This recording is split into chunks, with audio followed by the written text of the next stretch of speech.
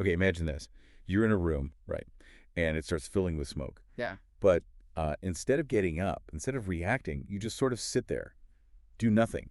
Weird. Yeah. Or maybe even more jarring. Someone tells you to give what you think are like lethal electric shocks to a total stranger. You do it. It sounds completely nuts, doesn't it? Why would anyone do that? Exactly. But these aren't just, made up stories. They're real experiments. And they show something pretty profound, maybe even a bit unnerving, about how human influence actually works. Hmm. So, welcome to the deep dive.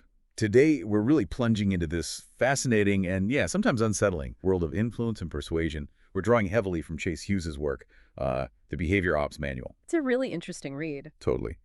And our mission today is basically to unpack his big ideas, the fate model, and the six-axis model of influence. We're going to try and explore how influence works way down deep, at the brain level. Yeah, looking at those hidden scripts he talks about. Yeah. The ones that kind of run our behavior without us even noticing. Right. And how maybe we can understand them, maybe even leverage them. It's definitely about more than just, like, saying the right thing. Well, yeah, that's one of the first things that jumps out, isn't it? It feels counterintuitive. Most people, when they think persuasion, they think words, the perfect argument, the clever phrase. Mm-hmm. But Chase Hughes, who came up with these models, he makes this really bold claim. He says, language, often the least effective way to persuade someone. Wow, okay. Least effective. Yeah. Real influence, he argues, it taps into something much older, something, more primal than just talking. Okay, that's a big statement. Yeah. Especially for anyone who, like, focuses on communication. Yeah. How does he even start to back that up? What makes him say language is so low on the influence scale? Well, he points right back to those examples we just talked about, the Milgram experiment, where people thought they were zapping strangers. Yeah. Or that smoke-filled room experiment, where people Yeah. just sat there. The really striking thing, he says, is that words played a tiny role, like almost no role. It wasn't about some clever speech or secret command. These huge shifts in behavior happened with hardly any verbal persuasion at all. So it's like there's this underlying system running things Hmm. beneath our conscious thoughts. And he's just saying the deeper you tap into that system, Mm-hmm. the more effective the influence. Precisely. Yeah. And that leads right into his core idea. The closer to the brainstem a method is capable of reaching, the more effective it is. The brainstem. Okay. Yeah, think about like a baby. You hold a baby, their feet touch the ground, and their legs start doing that little pedaling thing. Oh, yeah. Like they're trying to walk. Right. But the baby has no clue what it's doing. It's what Hughes calls an ancestral memory, a reflex. It's stored way down in the brainstem, the spinal cord. Our ancestors walked to survive, right? That got hardwired into us. It's automatic, survival stuff. That's incredible, these built-in programs. Like trying to hold your breath until you pass out. You can't. Right. Exactly. Your brainstem just takes over. It says, nope, survival first. It overrides your conscious decision because, well, breathing is kind of important. Yeah, just a bit. So the brainstem acts whether we like it or not. These are those sacred memories Hughes mentions, running without us even knowing. Mm-hmm. Running without our consent or awareness. And Hughes connects this whole idea really nicely to Maslow's hierarchy of needs. You remember that pyramid? Vaguely. Yeah. Physiological needs at the bottom, right? Food, water, air. Exactly. Food, water, air, safety, the basics. Now, here's the kicker. When something threatens those fundamental needs, Hughes says we become wildly more suggestible, predictable, and impulsive. Ah, okay. That makes total sense. Like, if you're starving back in ancient tribal times, finding food becomes everything. Nothing else matters. Right. And what's really wild, he points out, is that the threat of scarcity hits the brain just as hard as actual scarcity. It's a primal switch that can just completely change how we act. Wow. And this leads us right into this core idea of behavioral scripts. These programmed responses running in the background, often just overriding our rational thoughts. Hughes breaks them down into two main types, ancestral scripts and life scripts. Okay, so ancestral scripts. Yeah. That's the hardwired stuff passed down through DNA. Yep. Think about if something startles you, how you might automatically kind of protect your neck or chest, protecting those arteries. That's not something you consciously decide to do. Right. It's an ancient survival response from when physical threats were, everywhere. These scripts get triggered by elements in the fate model, which we'll get into, and they can just completely shut down rational thinking because survival takes over. Okay, and the other type, life scripts. Life scripts, those are the ones we learn through repetition, basically, to save brain energy, like tying your shoes, driving, maybe how you handle arguments based on what worked before. Yeah. Hughes uses the example of seeing police lights in your rearview mirror. Our ancestors never saw police lights, obviously. But our brain triggers that same threat response, heart races, adrenaline pumps, like it's a tiger jumping out. It's a learned association, but it taps into that same deep primal reaction system. Man, it's kind of mind-blowing how much of what we do is just running on these old programs below the surface. It really is. And Hughes gives 4 rules about these scripts that are apparently crucial for persuasion. You ready? Bray on me. Okay. 1. Interrupt the script. You create focus. 2. Borrow a script from someone's past. A life script. You create predictability. 3. Borrow an ancestral script. You get automation. Automation. Yeah. And 4. If you openly talk about a script, you lessen its power. Huh. Okay. Interrupt for focus, borrow life script for prediction, borrow ancestral for automation, talk about it to weaken it. Got it. That feels like foundational stuff. Totally. It's the bedrock for understanding how this influence stuff works at a deeper level. All right, so we've got these powerful hidden scripts kind of running the show. How do we even start to categorize them or, work with them? That sounds like where this fate model comes in. Exactly. The fate model that's focus, authority, tribe, emotion. Hughes says this is basically what our ancestors prioritized for survival. And he positions it as a diagnostic tool, too, for today. Like, you can use it to analyze a sales call or even a court case. It gives you these entry points into the mind. Okay. Fate. Focus, authority, tribe, emotion. Let's break those down. Focus first. Yeah, focus. Hughes calls it the primary currency for influence. Makes sense, right? If our ancestors couldn't quickly focus on, say, a threat or spot food. They wouldn't last long. Exactly. Didn't survive to reproduce. And our focus system is hardwired to snap onto 2 main things: threats, potential danger or loss, and value, potential reward. So, like Hughes' examples, hearing twig snap, is it a predator, threat, or maybe dinner? Value. Precisely. Or spotting an animal to hunt, finding a useful plant, even listening to an elder tell a story about surviving something dangerous that's valuable survival info. That kind of stuff gets wired in deep over generations. And he talks about psychological loopholes here too, right?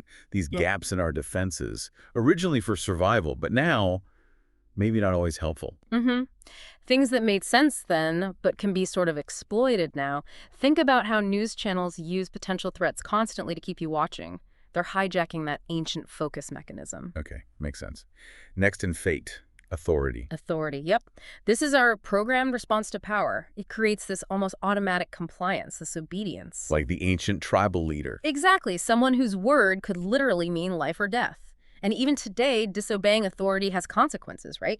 Jail, losing resources, getting kicked out of the group. So just the presence of perceived authority can trigger this ancestral script, making us comply without even really thinking about it. Wow. Okay. Then tribe. T for tribe. Tribe. This was massively important. Hughes argues it's a big reason Homo sapiens did better than, say, Neanderthals. Even though Neanderthals were physically stronger, we were better at working together. Safety in numbers. Totally. Shelter, food, protection, sharing knowledge. Back then, if you didn't prioritize the tribe, the consequences were severe. Death, being cast out, no chance to reproduce. It was critical. And there are specific components to this tribe script that are still running. Yeah. Hughes lists 6 key things, like pay attention to the group, keep your behavior in line with the group, default to what the group does if you're unsure, enforce the group's rules on others, mock anyone who's different or gets kicked out, and break contact with those nonconformers. Man, that sounds like high school. Yeah. But also explains bigger things, like the Stanford prison experiment, maybe. Or why people don't always intervene when someone needs help, the bystander effect. Exactly. When a group forms, this deep ancestral script just kicks in and powerfully shapes what we do. Okay, last one in fate. Also crucial for survival. Emotions give us these automatic chemical signals. Touch a hot stove once as a kid. You don't do it again. Right. That quick fear-pain response creates this automatic reminder. Ancestral emotional scripts would be like immediate fear of a predator or attraction to a good mate. Automatic survival reactions. And the lifetime scripts we talked about. Yeah. The police lights. That's emotional too, right? Even though it's learned? That threat response, heart pounding, adrenaline, it's an emotional, physiological reaction.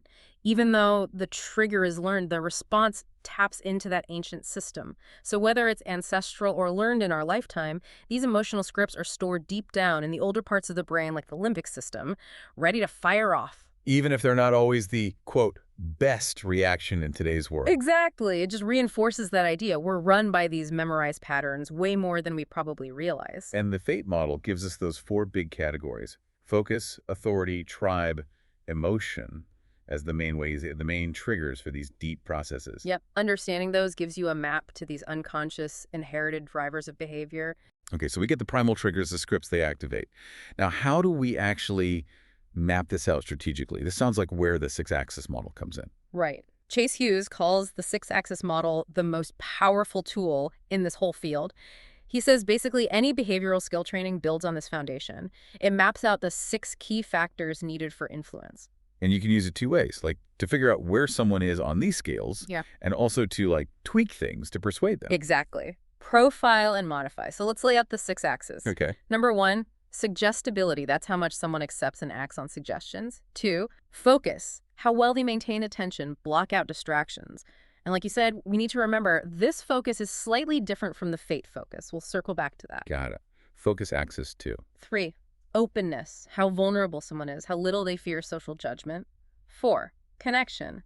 The degree of social bond wanting future interaction. 5, compliance. How willing they are to follow directions to do something. And 6, expectancy. How much they predict future enjoyment or positive outcomes. Suggestibility, focus, openness, connection, compliance, expectancy. Okay, 6 factors. And here's the really cool part. According to Hughes, you only need 3 of these present to a large degree to achieve persuasion. Only 3, not all 6. No, just 3, strongly present. Think back again to Milgram, the shock experiment. Yeah. Hughes analyzes it using this model. He says only 3 factors were really cranked up high for those participants. They were intensely focused on the task and the authority figure. Suggestibility, they were accepting the instructions. And compliance, they were doing what they were told. But the others, connection, openness, expectancy, those were low. Right. Connection to the person being shocked, low. Openness about their own feelings, suppressed. Expectancy of a good outcome, probably pretty negative. But because those 3, focus, suggestibility, compliance, were dialed way up. It overrode everything else, even the basic don't harm people idea. Exactly. That life script got completely steamrolled by the ancestor scripts triggered by authority and the intense focus on compliance. It really shows the power of isolating and amplifying specific factors. So, okay, beyond extreme experiments, how does this help us? You said it's a strategic tool. Yeah, because all these factors, Hughes says, are changeable. They're fluid. So you can use the model to plan an interaction, a conversation, a sales pitch, maybe even prepping for a jury trial. Or you can use it afterwards, like a diagnostic tool, to figure out why something worked or didn't work. So you'd prioritize different axes depending on what you want to achieve. Precisely. Let's run through a few examples Hughes gives because they really illustrate it. For an interrogation, what do you think is number 1? Compliance. Getting them to do small things, answer questions. Bingo. Compliance first. Small agreements build. That leads towards openness, getting them to share info. Expectancy. That's deliberately last. You want them focused on now, not thinking about future consequences. Okay. What about, like, a sales letter? An email or a web page trying to sell something? There, suggestibility is highest priority because most people just scroll past ads, right? You need them to be suggestible enough to actually click, read, consider buying, deviate from their normal online script. Makes sense. Then maybe focus second. Keep them reading. Yep. Focus second, which then leads to expectancy, getting them to imagine using the product, feeling good about it. Interesting. Okay, how about a therapist who wants quick results? This one might surprise you. Hughes prioritizes openness first. Get the patient sharing quickly. Then suggestibility and expectancy. Not connection first. I would have thought building rapport. Yeah, typical training often emphasizes connection and maybe focus. But Hughes argues, for fast results, you need that openness ASAP so they share the real problem and are receptive to solutions. Oh, okay. Different goal, different priority. One more. A dentist with a really nervous patient. The nervous patient. Top priority. Expectancy. They desperately need to believe it's going to be okay, maybe even painless. Right. Predict future enjoyment, or at least lack of pain. Exactly. Then suggestibility. So the dentist's reassurances actually land, and they follow instructions like open wide, focus. That's listed last. Why last? Surely they need to focus. Well, Hughes's point is they are focused. They're hyper-focused because they're nervous, and the dentist is an authority figure. You don't need to create focus. It's already cranked up to 11. Ah, Okay, so you prioritize based on what's needed and what's already present. Exactly. It's a dynamic assessment. Okay, and you mentioned we'd clarify the two types of focus. Let's do that quickly. Right. So fate model focus, that's the primal mammalian brain stuff. Think an animal snapping its head up at a new sound, movement, something unexpected happening while it's doing something routine. That instant, sharp attention shift. Survival focus. Okay, primal automatic focus. The six-axis model focus, that's more about the human brain, the neocortex. Conscious attention. Gaining and maintaining focus using things like interesting conversation, good storytelling, novelty and ideas. Keeping someone consciously engaged. Got it. One's more instinctual, the other's more cognitive. That distinction definitely helps. Yeah, it clarifies why the same word appears in both models but means slightly different things depending on the context. Wow. Okay, that was definitely a deep dive. We've gone from our ancient brainstem, these sort of ancestral memories, to uncovering these hidden scripts that seem to run so much of our behavior without us even realizing it. Yeah, and then looking at Hughes, fate, model focus, authority, tribe, emotion as these primal entry points, the big levers rooted in survival. And finally mapping it all out with the six-axis model. Suggestibility, focus, openness, connection, compliance, expectancy, seeing that as a strategic toolkit almost. Yeah, a way to understand and potentially modify behavior by knowing which factors are key in any given situation. It really drives home that influence is so much more than just words. It's about understanding these deeper patterns. So here's something to think about as you go about your day. Now that you know about these models, these hidden scripts, how might that change how you see things? That sales pitch you hear, maybe, or that news headline that really grabs you, even your own gut reactions sometimes. Yeah, could you start spotting the scripts, seeing the fates elements or the six-axis factors at play? Exactly. What familiar behaviors, in yourself or others, might suddenly look a bit different now. It's definitely something powerful to observe out there in the world, and maybe even inside your own head. Thanks for joining us at the Deep Dive. Keep exploring, keep learning, and keep shaking things up.